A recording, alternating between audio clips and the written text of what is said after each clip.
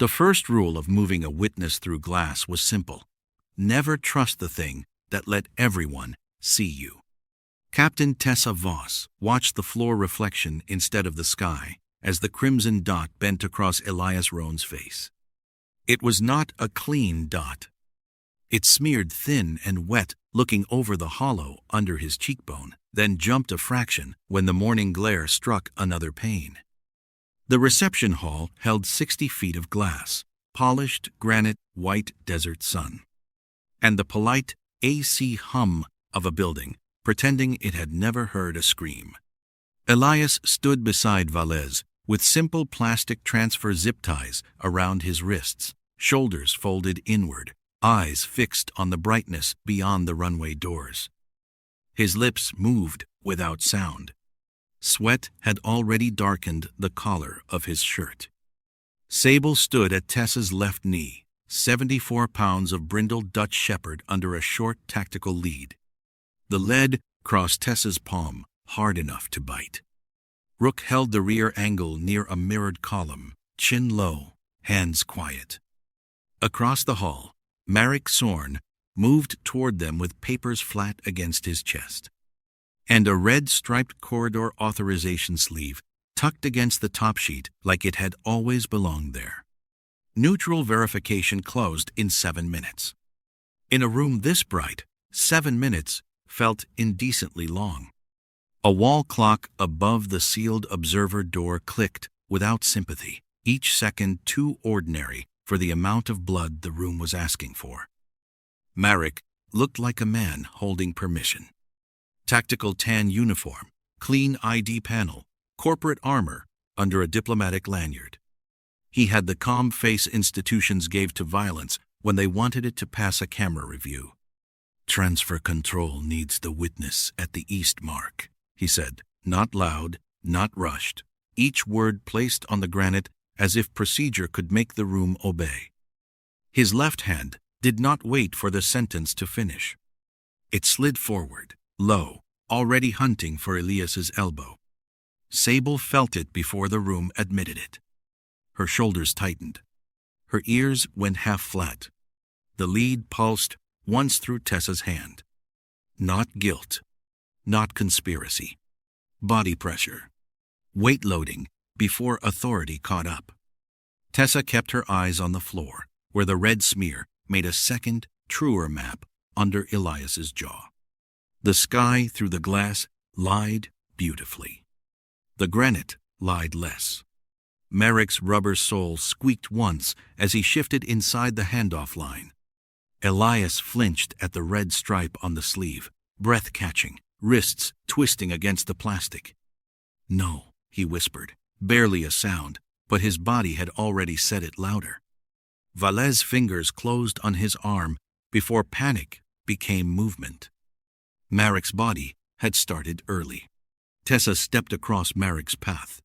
No draw, no shout, just body between contractor and witness, shoulder angled, left hand pulling Sable in tight, right hand catching Marek's wrist before it reached Elias. "Refraction error is 2 degrees. Don't look at the sky. Look at the floor reflections." Her voice stayed low enough that only her team heard the steel in it. Rook's head snapped down to the polished stone. Valles dragged Elias half a step back. Marek's polite expression cracked only around the eyes. His left hand was warm under Tessa's grip, tendons working once, then going still for the cameras that were surely watching from somewhere. "Captain," he said, and made the rank sound like a violation she had committed. The crimson smear on the floor slid across Elias's reflection, not toward his chest, but toward the glass wall behind him. Tessa pulled him by the sleeve of his jacket. The shot hit before anyone gave the room permission to become honest. A flat metallic thwack struck the western pane, followed by a crystalline roar that climbed the whole height of the hall. The glass did not explode. It held, which was worse. A living wall, wounded and still standing. The AC cut out in one hard breath. The polished silence that replaced it felt too large. Heat came through the glass at once, hot dust baked into the air, ozone sharp behind Tessa's teeth. The western panel had gone white with interlocked fractures, a sagging sheet still trapped in its frame, trembling under its own weight. Fine glass grit whispered down over the transfer lane. It found Tessa's cheek, the back of her glove, the sling of her rifle, Sable's coarse coat. Sable sneezed once and held position, led tight but controlled. Elias made a broken sound and tried to fold toward the floor. Valles took the weight, cursing under her breath, keeping him upright because a dropped witness was a gift. Marek stepped back with both palms visible now, the perfect picture of a man interrupted by unauthorized force. Behind him, 2 corridor compliance contractors adjusted their spacing without looking surprised. That was the part Tessa disliked most. Rook said, "Exterior angles still live." Tessa felt the grit cut under her collar and knew the first report would not say sniper. It would say escalation. Hers. The building had stopped humming. Now it listened. Tessa moved Elias beneath people who could die without knowing they had become cover. The fractured reception hall stayed behind them, bright and wounded. The broken western panel sagging in its frame, while glass grit clung to every dark seam in her kit. The AC was gone. Heat rose fast, pulled from the polished stone and driven down through the walls by the desert sun. Above the observation mezzanine, international observers sat behind soundproof glass with water glasses, tablets, translation earpieces, and the posture of people trained to look concerned without moving. One woman lifted a glass to her mouth, while the corridor below her changed shape around violence. She did not hear Elias breathing too fast. She did not hear Sable's nails click and slip against the granite. She did not hear Rook say, "Rear clear for 5." The observers were silhouettes in a sealed aquarium. Useful, useless. Tessa hated both truths at the same time. "Down," she said. Valles pushed Elias lower by the shoulder. Tessa kept Sable tight on her left and took the line under the gallery shadow, where the glass above made murder expensive. The word expensive mattered. Not impossible. The floor had kept the sun all morning. Heat pressed through Tessa's knees when she dropped low, then through one palm when she caught herself near Elias's bound wrists. A glass fleck bit under her glove and stayed there. Sable adjusted twice, front paws spreading for purchase on the slick surface, tongue showing just past her teeth in a controlled pant. The dog was still working. Stressed by heat, polished stone, dead air, and Tessa's own tension traveling down the lead. Not solving the room. Not reading a soul. Just giving Tessa another body to manage while the witness tried to become dead weight. Elias pulled against Valles at the worst possible moment. His plastic zip ties creaked. His eyes had fixed on the sagging panel behind them, and he dragged his feet as if the shot were still traveling through the hall. "No, no, no," he breathed, each word small and useless. 3 steps, Tessa said. She made it sound like the whole world had narrowed to that. Valles got an arm under his and drove his feet for him. Elias gave her 2 steps. Barely. The third scraped out of him like pain. The next exterior shot did not come. That absence had weight. It told Tessa more than another impact would have. The shooter still had pieces of the hall, maybe pieces of them, but the line now ran through the observer gallery and its expensive bodies. A dead witness could be explained. A dead observer could not be kept clean. Corridor compliance understood that, which meant they were already changing tools. On the far side of the mezzanine, 2 tan uniforms split without hurry. One drifted toward the service balcony. Another took the lower access lane, head turned away from the broken glass like a man bored by damage. Disciplined. Not surprised. Not stupid. Merrick stayed back in the glare with his palms still visible, letting the picture settle. Tessa's team moving a restrained witness under civilians while official contractors repositioned. The lie would photograph well. Tessa felt sweat run under her armor and carry grit with it. It scratched along her ribs. "Move under them," she said. The words tasted bad. She was using unaware people as geometry, not asking, not warning, not giving them the dignity of fear. Above her, a man behind the glass tapped his tablet and smiled at something unrelated. Temporary cover was still cover. That was the kind of sentence people used when they wanted to sleep later. Tessa did not grant herself the comfort. She counted shadows instead. Observer knees above the glass lip. Stainless support ribs. Reflected sunlight sliding over granite. Contractor spacing below. Elias's hitching breath. Sable's paw pads whispering on heat-slick stone. The path under the gallery bought them 15 yards and maybe 20 seconds, paid for with a moral debt no report would itemize. At the end of the mezzanine, the shadow thinned. Beyond it, 3 routes opened, and all of them were too visible. The central concourse shone like a display table. The elevator bank hung in glass. The service access vestibule sat half-hidden behind a green-tinted wall, narrow and ugly, the kind of place architects gave to workers and emergencies. Tessa chose ugly. She pointed 2 fingers. Rook peeled toward the rear angle. Valles forced Elias into motion. Splayful leaned into the lead, panting harder but steady. Behind the soundproof glass, the observers kept watching the wrong meeting. Ahead, every clean path shone too brightly to trust. The ugly door was the only honest thing left. The wall phone clicked before Tessa touched the service panel. It was a dry little sound, plastic against metal, too old for the building around it and too honest to belong with all that glass. The service access vestibule pinched the team between a green-tinted wall and a steel maintenance door that had no business looking more trustworthy than the main routes. Heat came in with them. Dead AC, hot stone, body armor, dog breath, glass grit grinding in seams. Tessa's radio gave her 2 broken syllables and a ribbon of static, then dropped into a hiss that made command sound like weather. Rook checked the rear slit of glass and shook his head once. Valles kept Elias folded against the wall, one hand on the zip ties, the other under the man's elbow. Elias stared at the elevator bank beyond the tint, where everything bright looked clean enough to die in. Sable lowered her muzzle, not toward the door, down. Her paws shifted on the service tile, and the lead pulsed against Tessa's wrist with a different kind of attention. The vibration was too low to hear.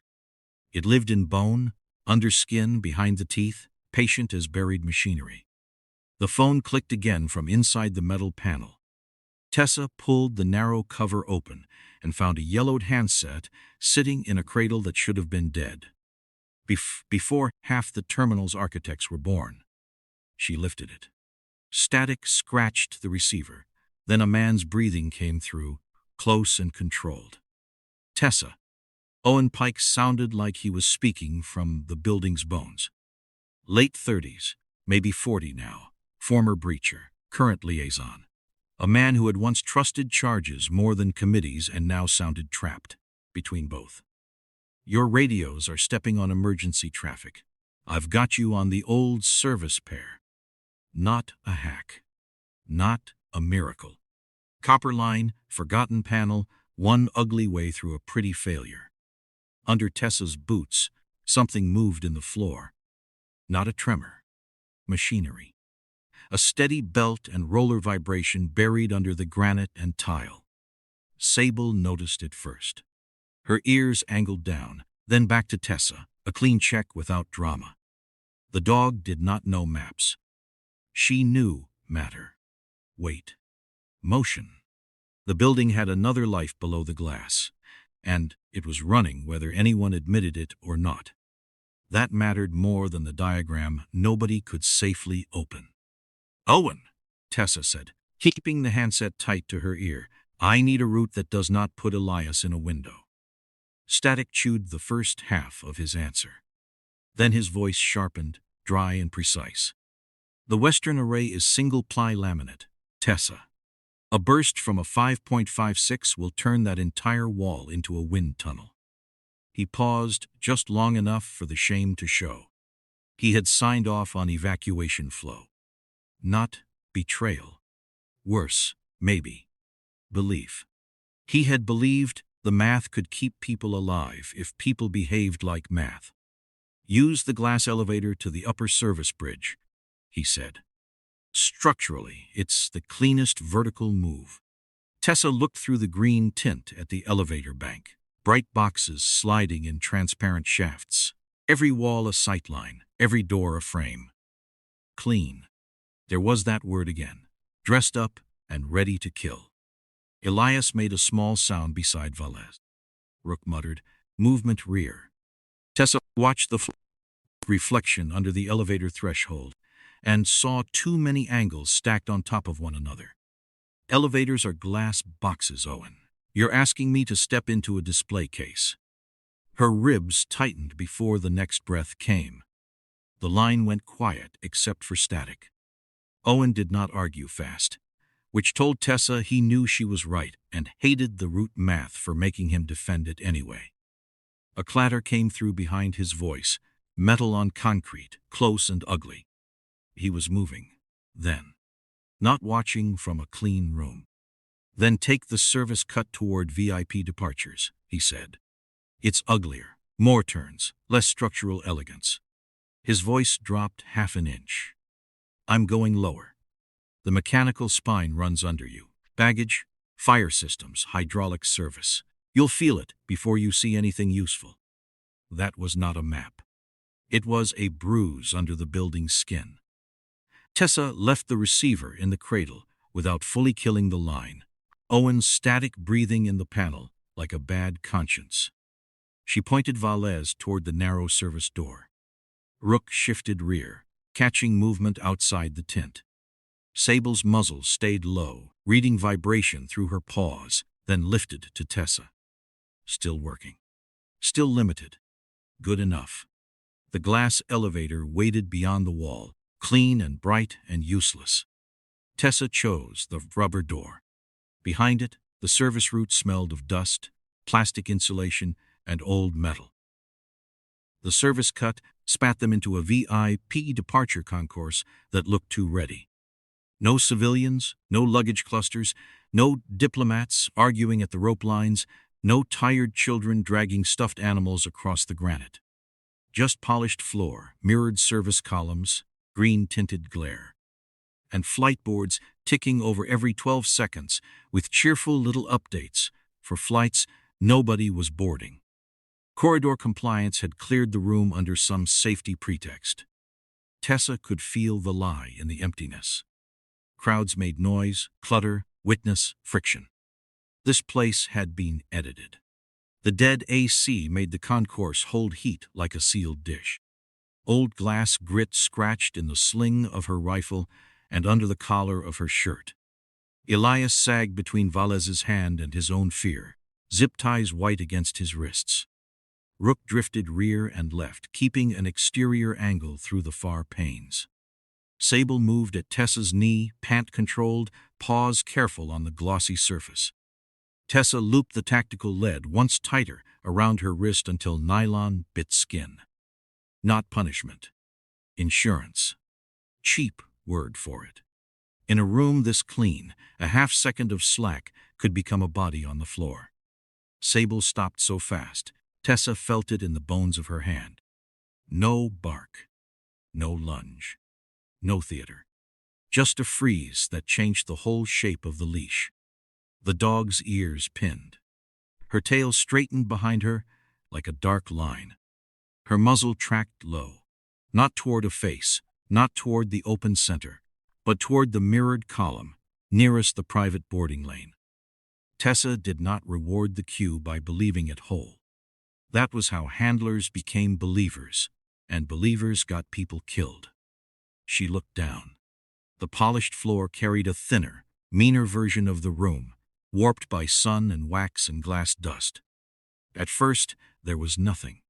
Then, A wrong edge of rubber appeared where no shoe should have been, tucked behind the column, but reflected in the granite at a broken angle. A shadow joined it, too thick for the column's base. Sable had not found guilt. She had found weight, breath, pressure where the room pretended there was none. Valles whispered, "What?" Elias answered before Tessa did. He saw the red stripe first. Not on Marek this time. On a sleeve half hidden under tan armor near the column. Elias's knees dipped, then locked wrong, as if his body remembered a room his mouth refused to name. His bound hands jerked to his chest and caught on the front of his shirt. "That strip," he said, "or maybe only shaped it." Valles caught him under the arm before he went down. The movement broke the clean line Tessa wanted and made exactly the kind of ugly human shape a camera could hate. The hidden contractor knew the reveal had arrived early. His shoulder shifted behind the mirrored column, a small correction, professional and irritated. Tessa saw the soul change angle in the floor reflection. "Left column," she said low. Rook moved before the contractor fully cleared cover, cutting the rear line without stepping into the open middle. Sable leaned forward, muscles stacking under the brindled coat, ready to fill space but not released into it. The contractor came out with hands not quite high enough, tan uniform clean, ID panel visible. Face blank with the practiced insult of a man pretending he had not been hiding. His left hand twitched toward the sleeve, early again. Marek's rhythm in another body. The concourse failed without a shot. That was almost worse. No dramatic noise, no public scream, no clean evidence.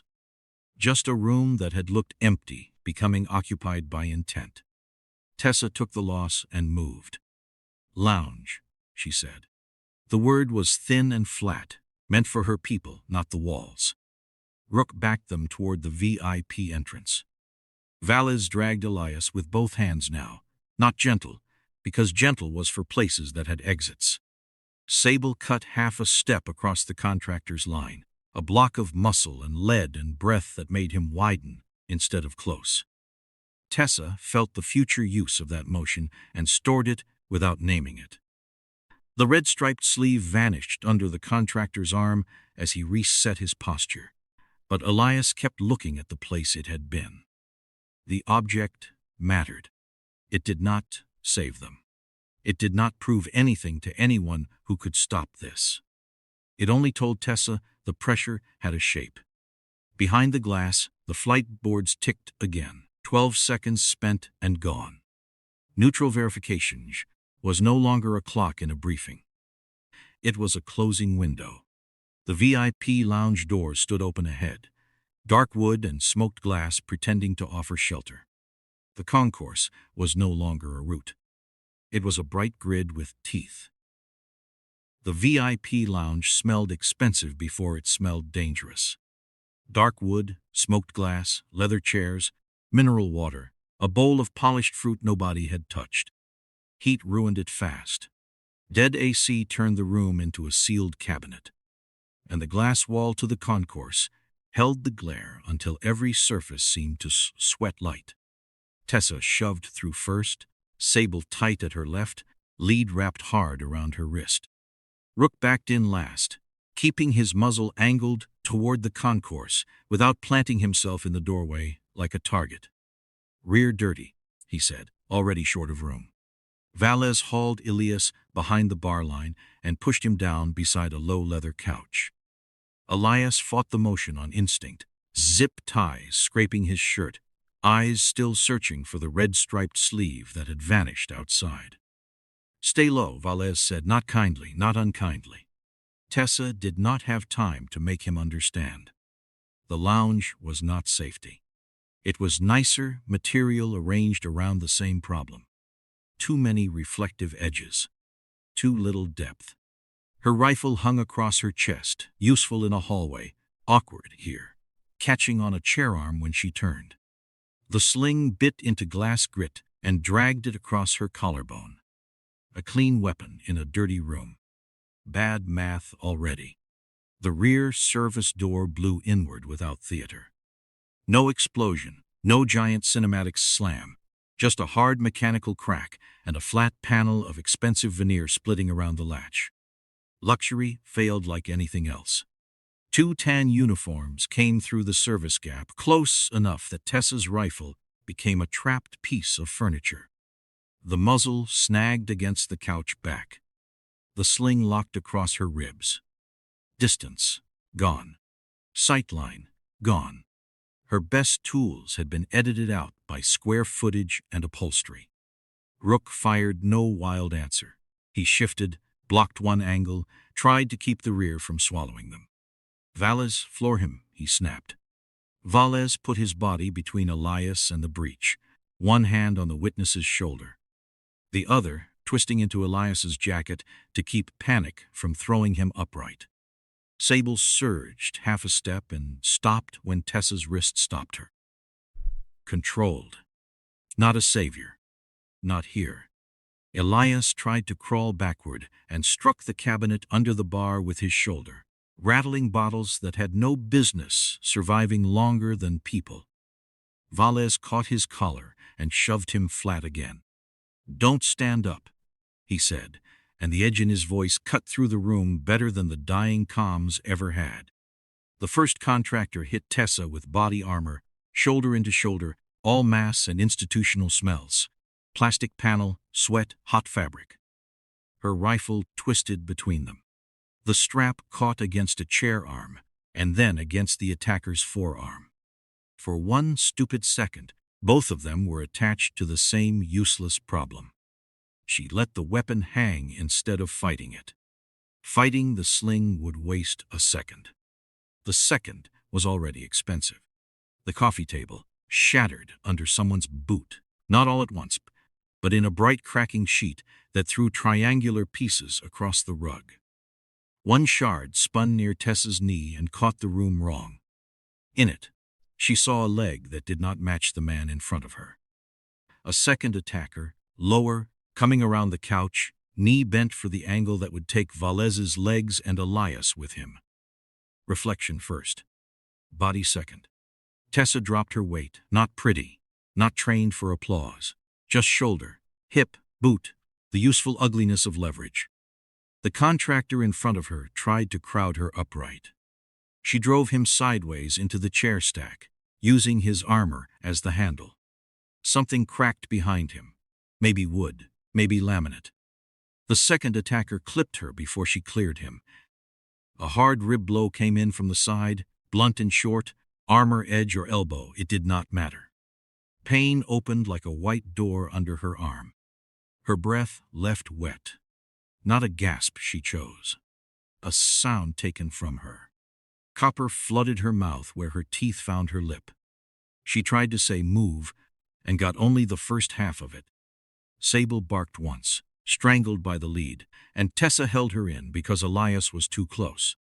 There were fights a dog could help, and fights a dog could only make bloodier. The lounge filled with ugly small sounds. Body armor thudding against furniture. Elias choking on fear behind Valles. Rook grunting as the rear angle narrowed. Glass fragments grinding under boots. Cordite hung in the trapped air from somebody's weapon outside the room, stale and sharp, mixing with leather polish and copper. Tessa got one hand on the couch, one on the rifle sling, and pulled enough slack to move. Her ribs punished the breath. Out, she forced through her teeth. Valles heard it anyway. He dragged Elias toward the side exit, half carrying him, half bullying him alive. Rook gave ground in pieces, shoulder checking a chair into the path behind them. Sable pressed across Tessa's leg, not attacking, just making a wedge of herself that bought space from the first contractor's advance. Tessa felt glass grit under her palm when she pushed off. It cut skin through sweat and stuck there. More contamination. More debt coming due later. She took one last look at the broken table shard. It showed the service entry filling again, 10 shapes behind 10 shapes. The lounge was finished. Her breath was not. That was the part she would have to spend next. The lounge spat them into the central glass stairwell with Tessa's breath already damaged, each step measuring what the last room had taken from her. Every inhale caught under her left side, shallow and hot, as if the rib had become a hand inside her armor. The stairwell rose through the terminal in a clear, vertical shaft, steel glass panels, open risers. Sunlight falling through the whole thing until depth became hard to trust. Below, the lower roots waited somewhere under the shine. Above, the concourse levels stacked like display shelves. The lounge doors behind them were no longer an exit. Rook shoved them closed with his shoulder, and the wood jumped under another impact from the far side. Valles kept Elias moving, one fist buried in the back of his jacket, dragging him down the first half-flight. Elias's zip-tied hands knocked the rail and made a thin plastic sound. Sable stayed tight to Tessa's thigh, pant sharp, coat dusted with old glass. The first shot in the stairwell sounded like it came from everywhere. Not loud in one direction. Loud in all of them. Glass took the crack, multiplied it, and threw it down the shaft. Sable reacted before Tessa could sort the sound. The dog lunged toward the elevator shaft on the far side of the landing, ears hard forward, muzzle high. One bark ripping out of her chest. Wrong shape. Wrong direction. Tessa felt the error through the lead before her mind accepted it. The stairwell had blinded the dog with sound. Steel handrails vibrated under Tessa's glove. Another crack bounced from above, then below, then behind them, all of it lying with the same confidence. Sable pulled again toward the empty elevator doors, where glass reflected their own movement back at them in green and white. For one ugly second, the old habit wanted to trust the dog. Sable had given truth in the concourse. Sable had found pressure where the room pretended nothing was there. But good sensors failed when the room cheated. A casing spun into view from above, flashing once in the light. It struck granite 2 flights down with a bright little tick. That sound was small. Honest. Tessa tracked the next one, then the next. Not the muzzle report, not the echo, the falling brass. The root tightened in front of her mind. 1 landing already lost. Maybe 2 if Elias froze again. Tessa snapped the lead down and pinned Sable against her thigh with her knee and wrist, firm enough to realign, not enough to punish. Sable's bark cut off in a rough cough. The dog fought half a second, confused by a world that had changed the rules under her feet, then checked back. Good. Bruised, not broken. Another round struck glass somewhere above and made the whole shaft sing. Rook barked, landing closing. His voice came from 3 places at once, but his body was visible, shoulder low. Rear angle shrinking as tan uniforms pressed toward the upper turn. Valles had Elias 2 steps below. The witness, stumbling, face waxy, bound hands held too high like he expected the next shot to choose them. Brass ticked again on granite, left of where the echo said danger lived. Tessa dragged breath through the rib and made it carry. The dog is blind. Trust the brass. Watch where the shells hit the granite. The line cost her. It thinned out at the end, scraped by pain, but it moved the team. Rook shifted his focus down to the floor hits. Valles shoved Elias lower. Tessa released just enough lead for Sable to move with her, not ahead. The false alert had cost them seconds they did not have. By the time they dropped past the next landing, the contractor pressure had closed the level above. Boots hitting steel with controlled weight. No shouting. No panic, just a disciplined shape moving through bad acoustics. Tessa could no longer trust sound in the stairwell. She trusted contact. Brass marks. Sight lines through glass. Rook's shoulder position. Valles's grip on Elias. Sable's lead tightening and loosening in her hand, a working bond under correction, not a miracle. Heat pooled in the glass tower. Sweat ran down Tessa's spine and found the grit under her shirt. Every step down tugged the rib. Every breath got smaller. The shine began to change near the bottom, less glass, more service metal. Dark seams where the public terminal stopped, pretending people were meant to see everything. A lower door waited under the stairs, dull and scuffed, with a strip of stale shadow at its base. Tessa took them toward it because there was nothing clean left above. Behind them, the stairwell kept firing their own noise back at them. Ahead, the building stopped shining and started humming. Owen Pike was waiting in the lower utility space with a framing hammer in his hand, which told Tessa he had stopped trusting the building too. He stood beside a concrete service throat, under a cage light that flickered without rhythm. Sweat and gray dust striped his face. His shirt was dark under the arms, one sleeve torn at the elbow. Both hands dirty in a way no liaison got from standing near a console. He had been moving under them, through the mechanical spines, since the wall phone. No console. No tablet. No miracle screen glowing blue in the dark.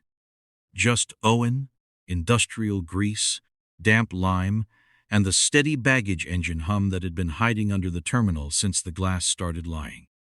Tessa came through the lower door with Sable tight at her thigh, and her breath cut thin by the rib. Vala shoved Elias in after her, the witness stumbling, zip-tied hands scraping the wall. Rook held the stairwell side until the last possible second, then slipped through and pulled the door behind him. Above them, the glass world kept cracking sound into false directions.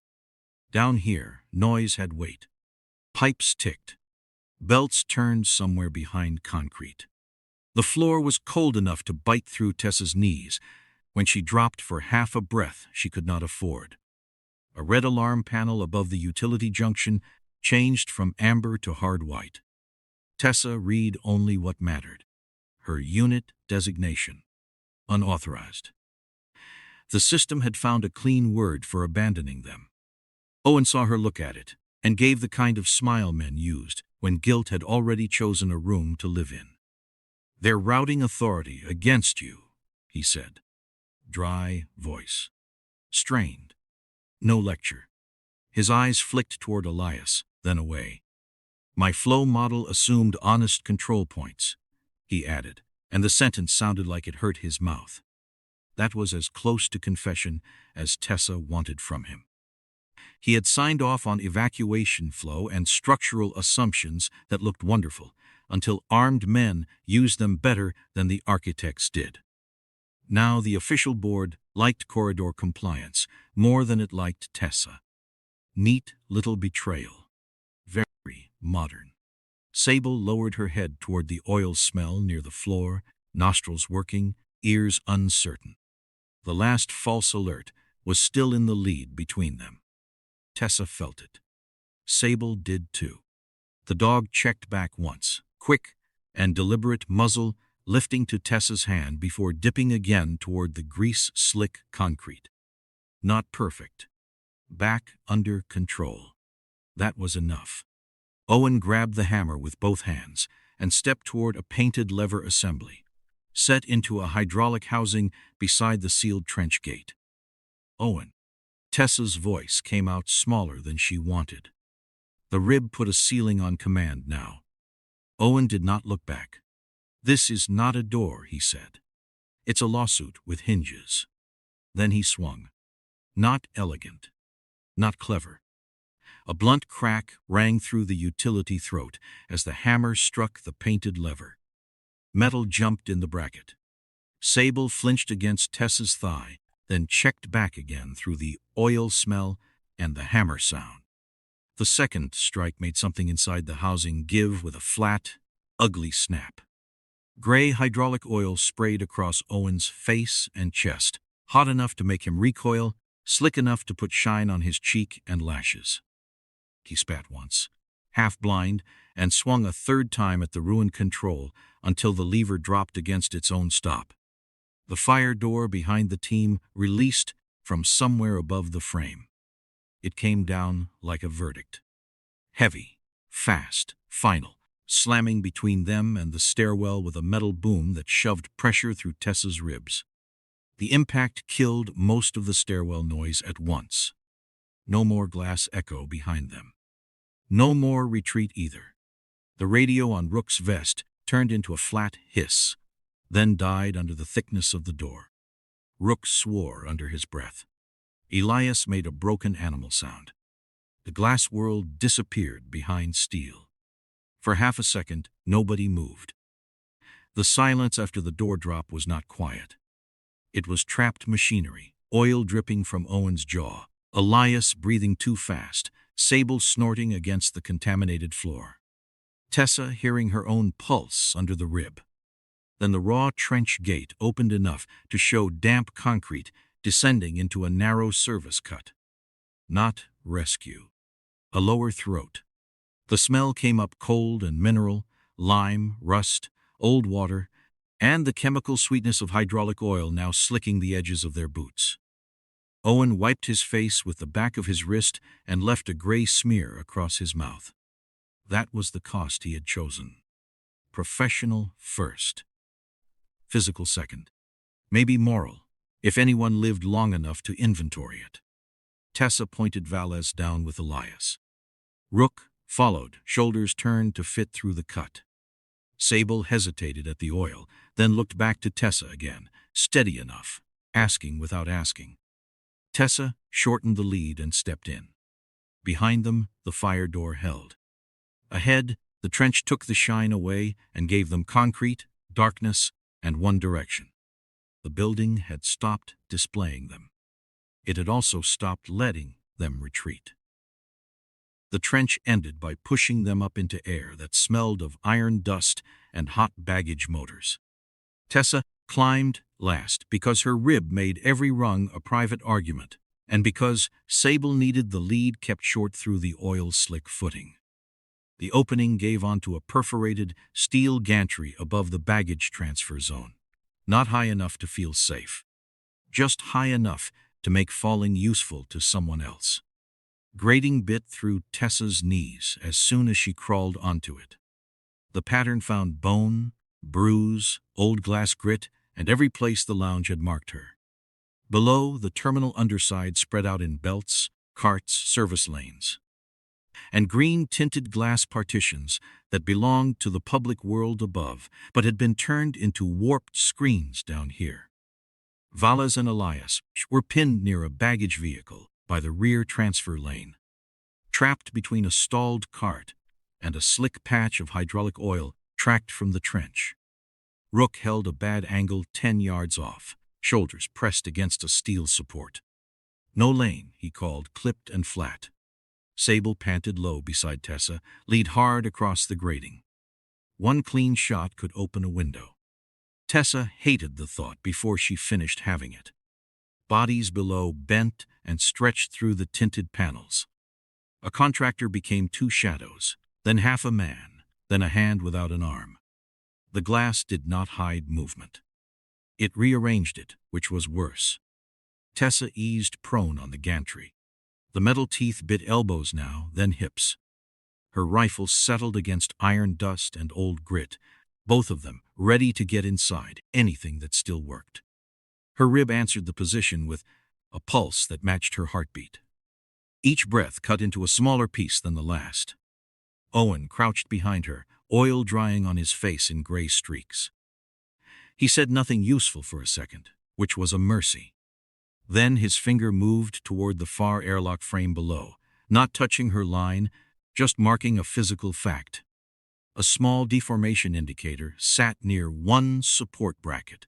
Red paint cracked around the edge, where stress had already started to write its own report. The fasteners around it had a dusty crescent, faint but wrong, like the frame had been rubbing against itself. Tessa stored it. Not now, not fully. Later, if later existed. Below, Valles pulled Elias tighter behind the baggage vehicle as a contractor advanced along the lane. The route was closing into the final transfer vestibule, one bright mouth of glass and steel. Tessa took the shot, Because the room did not offer a better answer. Not a heroic answer. Not a clean one. A limited action in a dirty geometry. She drew air until the ribs stopped her and held what little she got. The gantry hummed under her cheek. Sable's panting counted time beside her. Rook shifted below, small movement, controlled. Vallis ducked over Elias.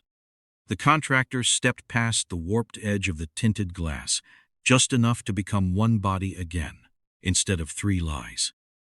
Tessa pressed through the pressure and let the rifle speak once.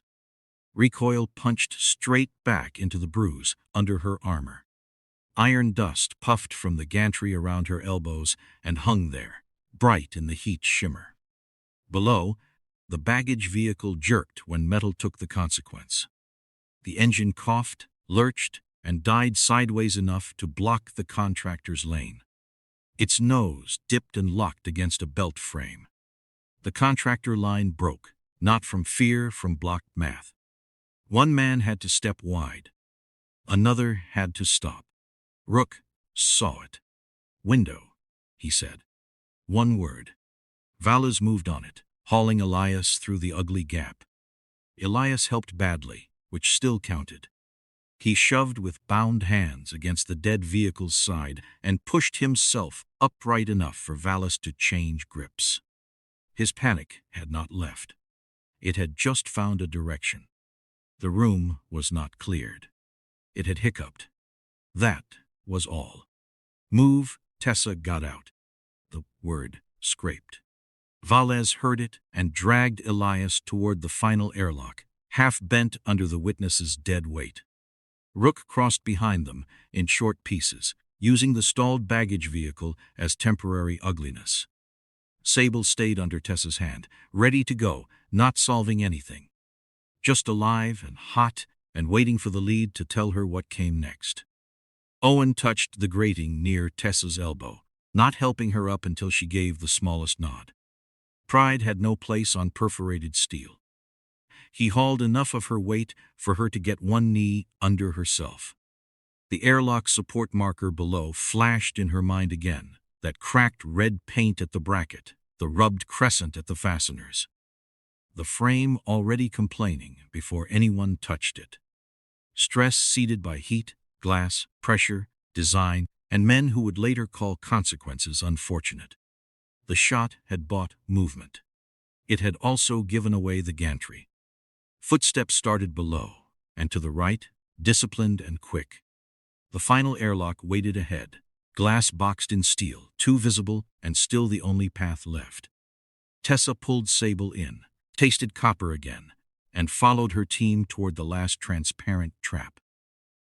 The final airlock showed them the neutral transport before it showed them Marek. That was the cruelty of the thing. Through the narrow glass box, through white runway glare and heat shimmer, Tessa could see the heavy steel vehicle waiting beyond the threshold with its rear door open and its shadow black on the tarmac. Elias saw it too. His body tried to quit and sprint at the same time, all knees and bound hands and ruined breath.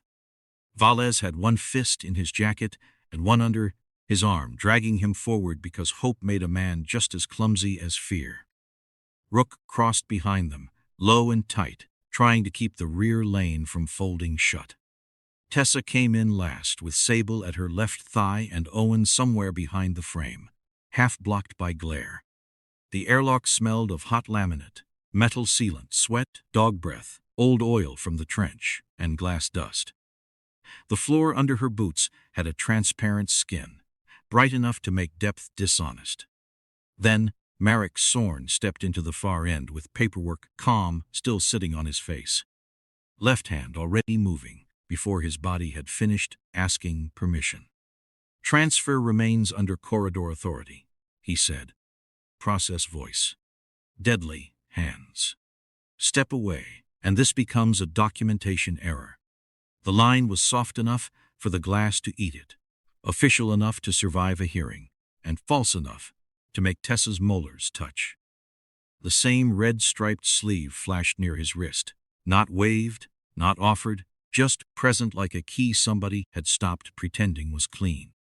Elias made a short sound, and Valles nearly lost him. For half a second, Elias surprised them. He threw his shoulder toward the transport frame, instead of away from Marek, a clumsy, desperate shove with his bound hands tucked close to his chest. It did not get him clear. It did keep him from folding. Tessa brought the rifle up because the body wanted the old answer first. Distance. Line. Pressure. The weapon stopped halfway through its own promise. Glass grit had worked into the moving parts from the hall, the lounge, the gantry. Every bright place that had been shaving them down since the first pane fractured. The rifle gave her a hard, dead refusal instead of a shot. It was a small sound, almost private, and it ruined the whole clean fantasy. Marek read the failure without smiling. "Release the witness, Captain." Same tone as before. Same left hand, already too early. He closed into her injured side, armor scraping glass, one hand checking the weapon, the other driving pressure under her left ribs. Pain climbed through her like a ladder. Her breath broke into a wet little piece. She had a jammed rifle, a dog on a lead, and 3 feet of bad glass. That was the entire inventory now. Tessa used the rifle as a bar because it was no longer a rifle in any useful sense. Not technique.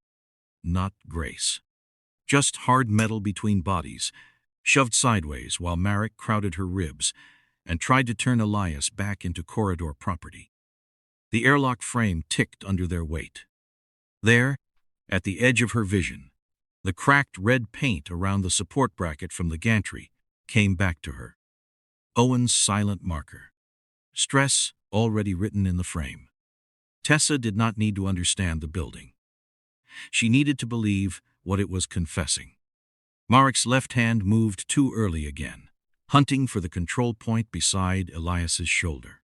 Sable saw the trailing boot. Physical cue. Moving leather, planted late, weight loaded forward. Tessa gave no big command. Her wrist loosened 1 violent inch. Sable hit the boot and clamped. 3 seconds. That was all. Marek's balance changed. Not defeated. Delayed. His knee jammed against the glass floor seam. He tried to tear free and dragged Sable 1/2 inch across grit. The dog held the boot, not the man, jaws buried in leather and sole. Neck muscles corded, but controlled by the lead in Tessa's bleeding hand. 1 second for Marek to lose clean balance. 1 for Elias to get his knee over the line. 1 for Tessa to spend what the rib had not already stolen. Tessa spent those seconds with everything she had left, driving the dead rifle and her shoulder into the stressed frame. Fasteners screamed. Laminate flexed, went white, then broke heavy, the sound thick and low. The collapse was not an explosion. It was weight surrendering. A section of shattered laminate dropped from its frame in a grinding sheet and took Marek down against the lower rail, pinning armor, arm, and pride under green-white glass. His face stayed almost calm until the pressure reached bone. Then the calm changed into air, leaving him. No confession came out. No name. No system. No truth convenient enough to record. Sable released when Tessa hauled the lead back, jaws wet with boot leather and dust, body shaking from heat and focus. Tessa's palms were open and bleeding where glass had found them. She did not feel them properly yet. The rib owned too much of the room. Rook and Valles moved Elias through the last gap. Elias found one more ugly piece of himself and slammed his bound hands against the transport threshold, pulling his knee over the lip instead of waiting to be dragged. A hand from inside the neutral vehicle caught his jacket and pulled. The door swallowed him without ceremony. Behind Tessa, contractors were still moving. Ahead, Elias was over the line. The system had not lost. It had missed one body. The neutral transport door closed with Elias behind steel, not glass. That mattered more than the sound it made, which was plain and ugly. A heavy, unpolished slam that carried through the white tarmac and into Tessa's knees. No one cheered. No one had enough air for it, and the runway did not care. Heat shimmer bent the horizon beyond the vehicle. Diesel rumble traveled through the ground in a low animal vibration, steadier than the terminal had ever been. For 1 second, through the seam of the door, Tessa heard a muffled breath and the scrape of a palm against the inner steel panel. Elias alive. Not safe forever. Not vindicated. Alive. He tapped once from inside, a weak, almost accidental knock, then stopped as if even that had used too much of him. Valles stood bent with hands on thighs, empty now without the witness's weight. Rook watched the terminal side with his face gray under dust and sweat. Owen held a manual transfer log against his chest, paper fluttering at the corner under hot wind. A local flight controller had signed below his name in a blocky hand. Ink on paper. Barbaric. Useful. Civilization occasionally remembered how to use a pen when the glowing systems betrayed everyone. The signature looked small against the damage, which was probably why Tessa trusted it more.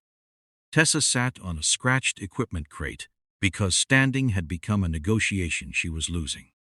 Her rifle lay across her knees, jammed, gritty, and suddenly old. The sling was stiff with sweat and dust. Her palms had opened in 2 raw lines where the airlock glass had taken payment. Blood had mixed with glass powder and iron dust until the cuts looked more gray than red. She pulled tactical tape from a half-crushed roll with her teeth, then laid the strip across one palm. The adhesive stink hit sharp and chemical. When she wrapped it down, it tore at the skin instead of covering it. Good. Pain had location. Pain was honest enough to be useful. The rib was less polite. It filled her left side every time she tried to breathe too deeply. A dull hook under the armor that reminded her the body was just another piece of gear that could fail. Sable lay near her boots in the small slice of shade the crate made, sides moving fast, tongue out. Dark coat dusty with glass and oil. The dog did not look heroic. She looked used up and alive. Tessa set one boot near Sable's shoulder, close enough for contact, not comfort. There was a difference. The dog knew it anyway. Behind them, the broken terminal glittered in the desert light like a jagged tooth. Panels still held where they should have failed. Others sagged in their frames, green and white and mean. From this distance, the building almost looked beautiful again, which made Tessa dislike it more. Beauty had been part of the trap from the first minute. Clear walls, clean sightlines, official corridors, flight boards, observer galleries, polished stone. All those elegant surfaces had given men with badges more places to aim from, and more ways to explain what happened afterward. Owen came over without hurrying. Oil had dried on his cheek in a gray crescent. He offered the log, not as a trophy, more like evidence of one's small animal dragged across a road before the trucks returned. "Transfer is signed," he said. His voice had the wall phone distance. It was just a man's voice now, scraped and tired. Tessa looked at the local controller's signature, the timestamp, the manual line confirming one living witness, moved from terminal custody into neutral transport. It confirmed survival. It did not confirm justice. Big difference. Owen did not ask if she was all right. That was almost kind. The transport engine deepened. The steel door held Elias on the other side with no window, no display, no shining architecture. Better that way. Tessa pressed the tape tail down with her thumb and felt adhesive lift one flap of skin before it stuck. Sable exhaled through her nose, a rough little sound near Tessa's boot. Owen looked back at the terminal. Rook and Valles stayed quiet. The silence had become a different thing now. Not safe, just emptied out after too much noise. Somewhere behind the broken glass, corridor compliance would become language. Incident. Miscommunication.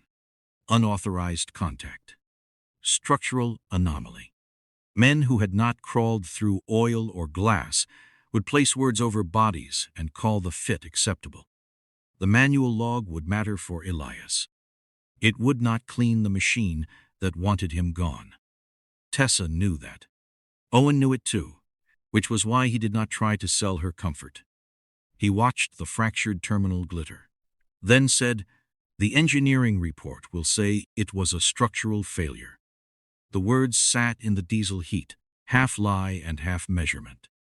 Tessa looked at the broken glass, the bent frame, the living dog, the closed steel door. It was